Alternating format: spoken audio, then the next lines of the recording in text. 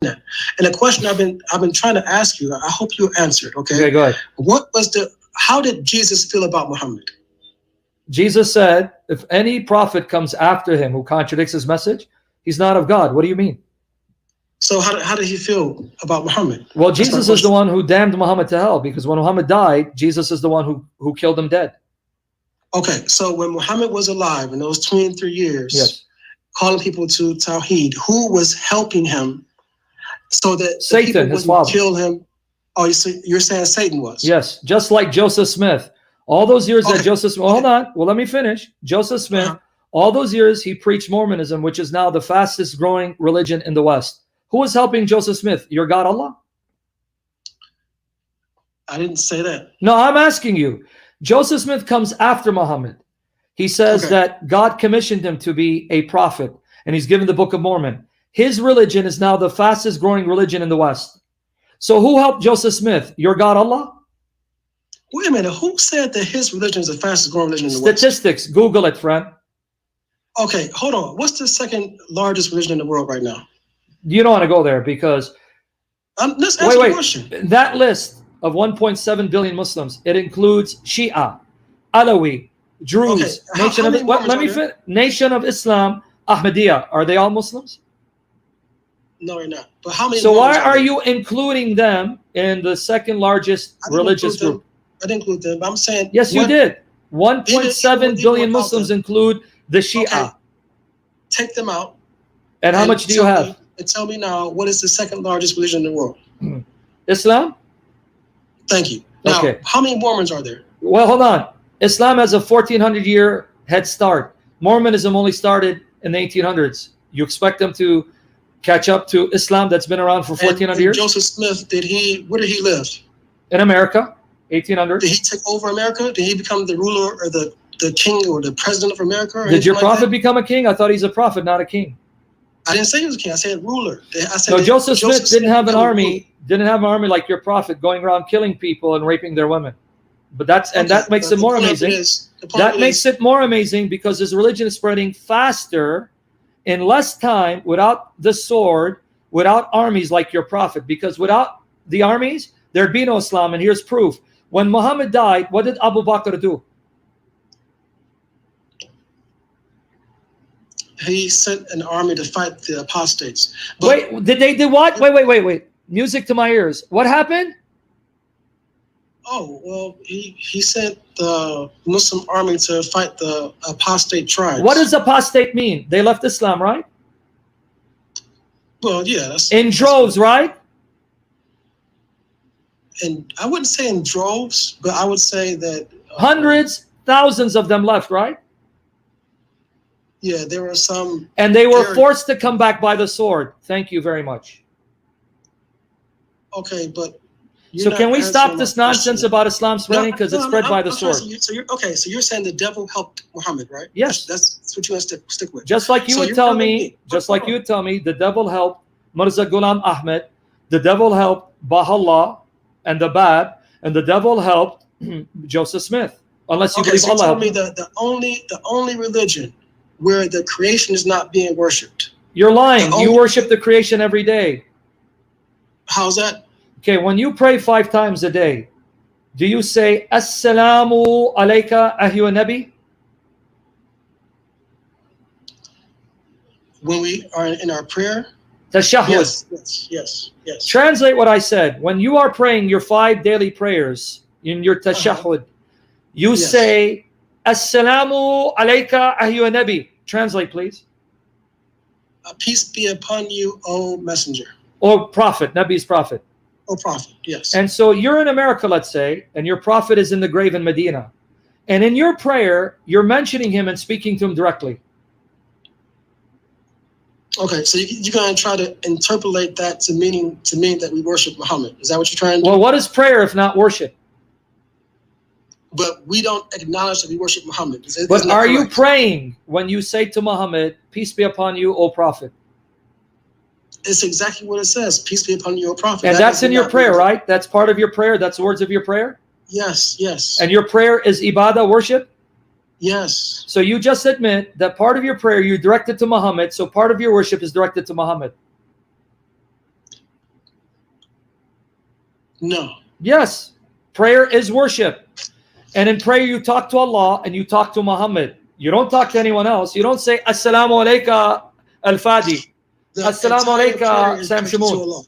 But the point I'm trying to make is, you're saying the devil helped Muhammad to establish a religion where just like he helped Joseph Smith and Baha'u'llah. Yep. Well, let me finish though. Yeah, go ahead. Because in Islam, the difference is in Islam, only one God is being worshipped. The creation is not being worshipped. I just told you the creation is worship. Why do you keep? That's your opinion. But you admit you pray to a dead man. Is Muhammad dead? I don't admit to worshiping the creation. But is he dead? Okay. Is Muhammad dead? Okay. Yes, he's dead. And so you just admit to everyone, everyone's hearing you, you speak to a dead man in your prayer, and prayer is worship.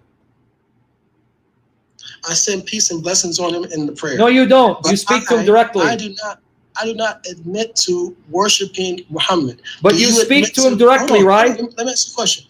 Do you admit to worshiping Jesus? Of course, he's God in the flesh. Of course I'm going to worship him. So you just admitted to worshiping the creation. I did not admit Which part is not clear that I said he's God in the flesh, he's not creation. Stop imposing your understanding about Jesus on me. That's your rationale. No, that's Jesus. The Hindus have rationale. No, that's what Jesus told me in my Bible. Oh, no, that's your rationale. But the Hindus have rationale for worshiping an elephant.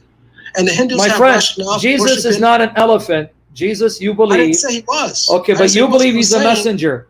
The messenger Jesus, you're talking over me. We're not going to get anywhere. The messenger Jesus, he's the one who told me to pray to him and worship him. According to you. No, according to the Injil of Jesus, which he inspired his followers to record for me. No, that's according to your interpretation of the Bible. Okay, let's go. Let's see if it's my interpretation. Go to John 5, 22 to 23. John 5, 22 to 23. Hold on. Let me finish. Okay. Zakir Naik has the whole Bible memorized. No, he doesn't. He's a joke. He misquotes it. And he does not understand the Bible like you understand it. So it's all about the understanding. Now, friend, can we forget Zakir Naik and go to see what Jesus says? John 5, 22 to 23. But my point is, everyone who worships the creation has rationale as to why they do it. Yes, that's why you just had rationale why you deny that you are worshiping a dead man, even though you are. Same rationale. Because I don't admit to that. Yes, you don't need to admit it. You're doing it. Denial doesn't mean it's not real. When you admit to everyone heard you, let me repeat, in my 5 daily acts of prayer, which is ibadah, worship, I speak to a dead man far away, and I say to the dead man in my prayer, peace be upon you, O Prophet, and the mercy of Allah be upon you. So you just admit, I'm talking to a dead man in my prayer, which is worship. Prayer is worship. So you can deny the reality. You are a pagan, a worshiper of a creature. So what's the difference between what I'm doing and what you're doing then? Because I don't believe Jesus is creation. How many times do I need to say it? Jesus is God who became flesh. You don't believe Muhammad is God. So you are a pagan, idolater, a creature worship, a Mohammedan. Okay. Does God have a mother? Why would he need a mother? I didn't say he did. I'm asking, does God have a mother? No. But Jesus' mother is Mary. That's because he's human, right? So now, okay, you just admitted he's the creation. You say it's human. No. Human is creation, right? You know your Quran has a mother? Hold on, no, don't change. No. I'm going to bury you in your own argument. No, I'm going to bury. Hold on. Let me answer you. Don't tell me how to answer you. Does your Quran have a mother? Hold on. No, does your Quran have a mother? Hold on. Here we go again. You said Jesus is not the creation, right? Yes. And then you just admit that he's a human being. Sure. Are you saying that human being is not the creation? Which part of God became flesh wasn't clear? God or flesh? Let me dumb it down to go to your level. Which part of God became flesh wasn't clear? The God part or the flesh part? I understand what you're saying. So the human nature of Jesus is what he created from the womb of Mary. But the person of Jesus is eternal. He's the one who created Mary and created the human nature from Mary so that Mary would become his mother. But now let me turn it against you. Does your Quran have a mother? No. Yes, it does. So you don't know your Quran. Chapter 43, verses 3 and 4 of your Quran. Your Quran has a mommy. Read for him chapter 43, verses 3 and 4 of the Quran. Your Quran has a mommy, friend. 43. verses 3 and 4. Right, verse 3 and 4, Arabic first.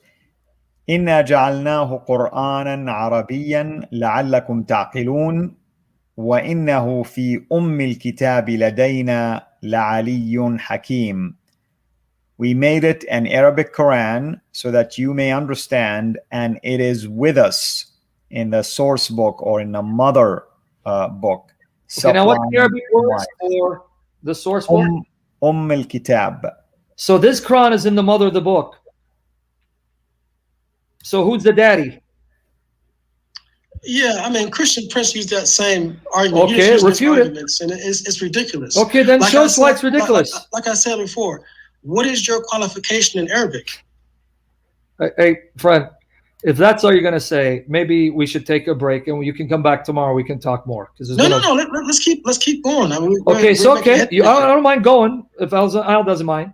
Okay, what does al-Kitab mean? You're the Arabic expert. Forget me. I'm stupid. What does al-Kitab mean?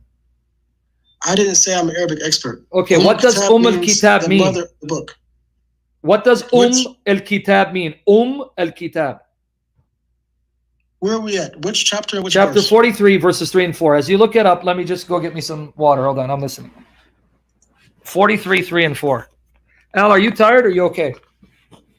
Oh, I mean, everybody's having fun. Let's just keep going. Okay, hold on. Let me just get to read it in Arabic. Tell me what al-Kitab means. Let me just get something. I'm still here. I'm listening. Okay, so we made it an Arabic Quran so that you may understand. And it is with us in the source book, sublime and wise.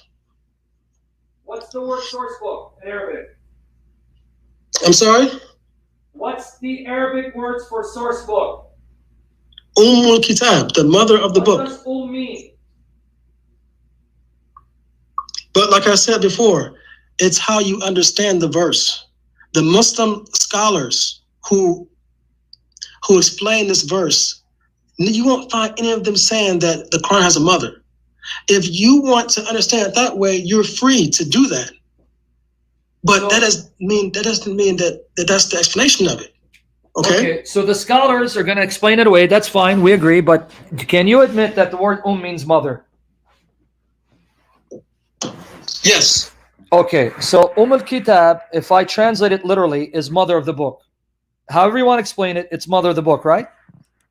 Yes. Okay, so you can go to the scholars and explain it all the way all you want. I just want to know, if I'm reading Arabic and I see the word al-Kitab without the scholars, and I just read it because it's supposed to be plain Arabic for those who know Arabic and understand. It doesn't say go to the scholars to help you explain what is plain Arabic, because the plain Arabic causes problems, so we need to explain it away. Kitab, mother of the book. It says fi. It's in the mother of the book. So if the Quran is in the mother of the book, that means the Quran has a mother. Now explain that to me. How can it have a mother? What does it mean that it has a mother? We're really getting into some intricate, details of Islam here, but it means that the Quran is in what's called al-Lawh al-Mahfuz, the preserved tablet. And was that created, that tablet? You know what? I don't know. Okay. Go back and study and come back. That's why I'm saying if you want to call it a night. But no, I don't want to call it a night. I want to get to what are you getting? If you're saying the devil helped Muhammad to establish a religion where idols were not worshipped. Who said idols aren't worshipped? You worship the black stone and you bow towards the Kaaba. Those are the two biggest idols of Islam. Those aren't idols. Yes, they are. If you want to understand it that way, you're free, but we don't admit all right, so then that means, idols. okay, listen to yourself. Isa, listen to yourself. You're telling me, if you want to understand it that way, you're free to understand it. We don't. That means your arguments are weak because I don't concede or accept your assumption. The black stone that you smooch, that's an idol. Bowing to the Kaaba, that's an idol. So you did not erase idolatry, you replaced it. That's your opinion. Okay, just like your opinion. Is a stone that we believe descended from the heavens, and it was placed in that corner of the Kaaba, and we don't worship it. We don't even have to even kiss it if we don't want to. So it's not necessary to kiss it, right? It's not a pillar of Islam. It is not. But it's not necessary. Someone can be Muslim and live their whole life and never even look at the black stone. You know why?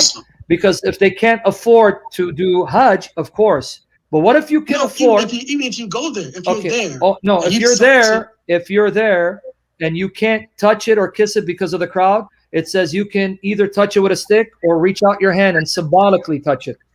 Or you don't have to do any of that. No, it's sunnah. You have to. We told you didn't have to. It's sunnah. It's best to do that. But you don't have to. The worship is still accepted. Let's go with it. So I'm glad you're saying that. So there's something you don't have to do. It's not necessary. So then why did your prophet kiss and smother it if it's not necessary? Because it's the sunnah. It's best to. Because by doing that, but you don't have to do it, right? So why even do it at all? If you don't have to do it, it's not necessary. Why do it at all? I just told you. Why did your prophet do it? You get more reward. But why did your prophet do it if it's not necessary to do it? That's what I'm asking. Why did he do it? I just told you. This is what Abraham did. This is what he was doing. Quote me some sources that Abraham did it. Abraham was. Show me some sources that Abraham kissed the black stone. I already told you I can't show you that. Okay, you can believe it, or if you want, you can disbelieve it. Okay, well, I disbelieve it. So we're telling you, I'm giving you reasons why Muhammad can't be a true prophet. Do you have another question? I'll take one more question. I didn't finish the first one yet. Stop with the Satan. Satan did not eradicate idolatry. Islam is idolatry from the pit of hell. Do you understand? I don't agree with you. Okay, so you're saying that Satan helped someone to establish a religion. Yes, where your prophet. No alcohol is being drunken anymore. Why was alcohol forbidden? No, let me finish. Okay. No gambling, no fornication, no adultery. These are all things that are allowed in Christianity. So you're saying, well, hold on. You just proved Joseph Smith is a prophet, and you should reject Muhammad because Joseph Smith. I didn't. No caffeine. Well, hold on. No caffeine. No idolatry. No fornication. No adultery, clean living. So you just convinced me to follow Joseph Smith, according to your logic. No, I didn't. Yes, you did. No, I didn't. Wait, Joseph Smith says no caffeine. He's even better than you. No caffeine. Joseph Smith called to worshiping a man. In Islam, and Muhammad called to lick a black stone. That's not worship. You can say it all you want, not worship. And Muhammad called you to bow to a cube. But listen, we don't admit to that. But okay, what's your next question? Because we're in circles now. What's the next question? Because we're going in circles. I'm trying to finish the question. It don't take much time, believe me. Go ahead. So you're saying that Satan helped Muhammad to establish this religion. This is the same question 4 times already. Okay, could you let me finish yet? No, because your assumptions are wrong. Even alcohol. Why did your prophet cancel out alcohol? Allah forbids alcohol because why? It distracts people from the worship of Allah. That's not what the hadith say. But yet it's still in Christianity. That's not what the hadith say. You're lying to me. Do you know the verses about alcohol? There's not just one reason. Okay, I'm going to give you the reason. I'm going to give you the verses and the reason, if you're listening. Let me give you the verses because you don't know what you're talking about. Surah Al-Baqarah, chapter 2, verse 219. Surah An-Nisa, chapter 4, verse 43. Surah Al-Ma'idah 5, 90, 91. If you know your own history, Muhammad allowed them to drink, but they could not be drunk for prayers. So why did your prophet allow for a period of time people to drink, even get drunk, as long as they were not drunk for prayers? That's what he initially allowed. Okay, because in the beginning of Islam, the people were heavily addicted to alcohol. So it would have been unwise to say, in one day, look, alcohol is forbidden. Good. So it was done in stages. So you admit, though, he allowed it for a while. What's that? You admit he did allow it for a while then. Allah allowed it, not Muhammad. Fine. But then, why did he prohibit it? Isn't it true that it's because the companions of Muhammad got into a drunken stupor and hit each other, and that's when he prohibited it?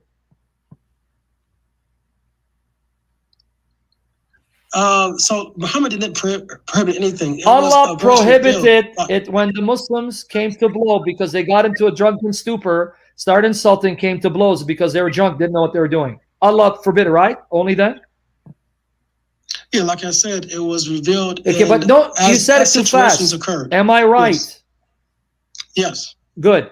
But now you just destroyed your religion, because according to chapter 5, verses 90 and 91, intoxicants is a work of the devil. Why did your God allow his followers to engage in a work of the devil for a period of time? Why did he allow them to consume a work of the devil? Well, I just told you why. Oh, so you're okay with Allah allowing them to drink the creation of the devil for a period of time? I just told you why. To wean them off because they were so heavily addicted. So you're okay with that, though? Can Christians drink alcohol? Okay, but you're okay with that, right? You're okay that chapter 5, verse 90 and 91, stones that are venerated and intoxicants and divining arrows are the work of Satan. They're an abomination.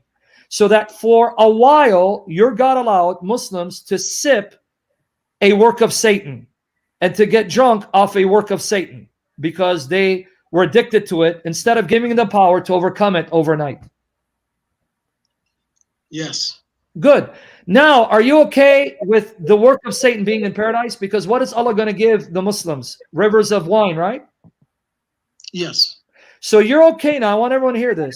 You're okay that intoxicants, of which wine is one, khamr, is part of intoxicants, will now be flowing in Allah's Jannah, even though it's the creation of Satan. You're okay with that? Well, who say it's the same as the wine that we have here on earth? Show me where it says the wine is not the same and that it doesn't intoxicate. Because I know what verse you're going to quote and doesn't say the wine doesn't intoxicate you. Okay, who says it's the same? That's my question. You're assuming. Where do you find in the Quran that it's not the same? It says khamr. And when it says khamr, unless the context suggests otherwise, my assumption is it's telling me something that I should be familiar with, because it's using a word that made sense to the people who heard it. Khamr. What's khamr? Bubblegum? I mean, khamr is well known what the meaning of the word is. Thank you. So it says you're going to have rivers of it in paradise. Just because two things share the same name, one on earth and one in paradise, it does not necessarily mean they're the same. Yes, they are the same. Do you know why? No, I'll tell you why they're the same. Because your prophet said, he who drinks khamr here will not drink it there. So if you deny yourself here, you'll drink it there. That means it has to be the same, because that's the incentive why you shouldn't drink it here, because you're going to have plenty of it there. Right, but if it right, someone, good, you said right. If the khamr, if the wine intoxicates someone here on earth, that does not mean it's going to have the same effect on someone in paradise. Okay. Once again, let me run with you. Let me go with you. Define details. Okay, let me go with you. Okay, run. So I'm going to drink wine here, but not get drunk. Can I do that? No. Why not? Because it's prohibited. But hold on. You're saying the prohibition is because it gets you drunk. Well, I can drink wine and not get drunk. So why can't I drink it? Because I'm going to drink it in paradise and not get drunk. And then more importantly, my more important question was this. Apples and oranges. My more important question, which you didn't answer, was this. This was the most important question, which you didn't answer. Since intoxicants, which includes wine, is a creation of the devil, why is Allah including the work of the devil in paradise? You didn't answer that question. Yeah, I thought I did answer the question. Actually. No, you didn't, because the khamr there is the khamr here that you deny yourself so you can have it there. It's the same. But you're comparing apples and oranges. But let's get away from the details. I want to get to the main principles. No, that was the details, because you used that silly argument to prove that Islam is not of the devil because it prohibits intoxicants, but you forgot to tell us why. Okay. So does God die? Just answer that question. It depends on what you mean by death. What's death? Death is known, is well known. Does God die? No, I don't know what you know. What does death mean? Meaning, does his soul depart and he falls down as an inanimate body? So you just define death contrary to the Bible and the Quran. Can you show me where the Quran says that death means you become inanimate? It doesn't say anywhere in the Quran. You asked me my definition, yes. I gave it to you. Well, let me give you the Quranic definition to correct yourself. Chapter 2, verse 154 of the Quran. Read it for me. Chapter what? 2, verse 154.